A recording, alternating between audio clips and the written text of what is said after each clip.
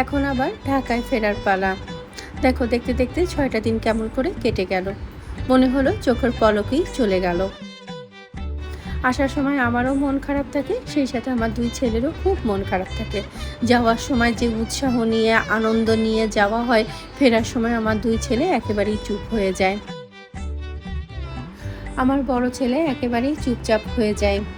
ছোটবেলায় ও যখন ঢাকায় আসতাম, তখন কিন্তু ও কান্নাকাটি করত, চুপচাপ চোখের পানি ফেলতো।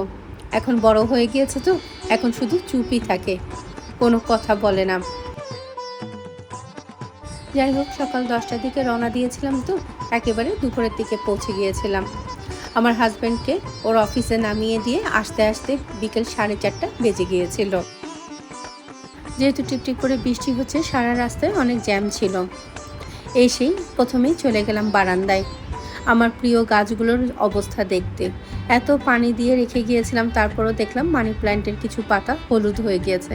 দেখে না মনটা খুব খারাপ হয়ে গিয়েছিল। গাছগুলো পানি থেকে তুলে তারপর আবার রান্না করতে চলে আসলাম।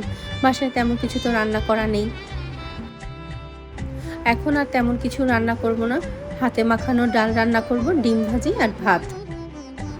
আম্মা 1 বক্স বিরিয়ানি পাঠিয়ে দিয়েছিল বাচ্চাদের জন্য। বিরিয়ানি আছে তো ওদের 2 বেলা খুব ভালোভাবে হয়ে যাবে। ডিম ভাজি করে দেব, সুন্দর করে ওদের দুপুরের এবং রাতের খাবারও হয়ে যাবে। কয়েকজন আপু জানতে চেয়েছিলেন যে আমি কেন বাপের বাড়ি যাইনি। আসলে কি আপু, আমার বাবা মা দুজনেই পৃথিবীতে নেই। আমার বাপের বাড়ি যেটা ছিল সেটা ডেভেলপারকে দিয়ে দেওয়া হয়েছে, ওইটা তৈরি হচ্ছে। আর আমার ভাই বোনরা থাকে ঢাকায়, যার জন্য খুলনায় গিয়ে আমার আর বাপের বাড়ি থাকা হয় না। আর আমি যে খুব একটা বাপের বাড়ি থাকতাম তাও না, কারণ আমার বাবা মা যখন বেঁচে ছিল, খুলনায় ছিলেন, তখন কিন্তু আমি জব করতাম, সেই জন্য কিন্তু বাপের বাড়ি বলো শ্বশুর বাড়ি বলো খুব একটা থাকা হতো না। ওই 2 দিনের জন্য ছুটি নিয়ে যেতাম, 2 বাড়িতে একদিন করে থেকে চলে আসতাম।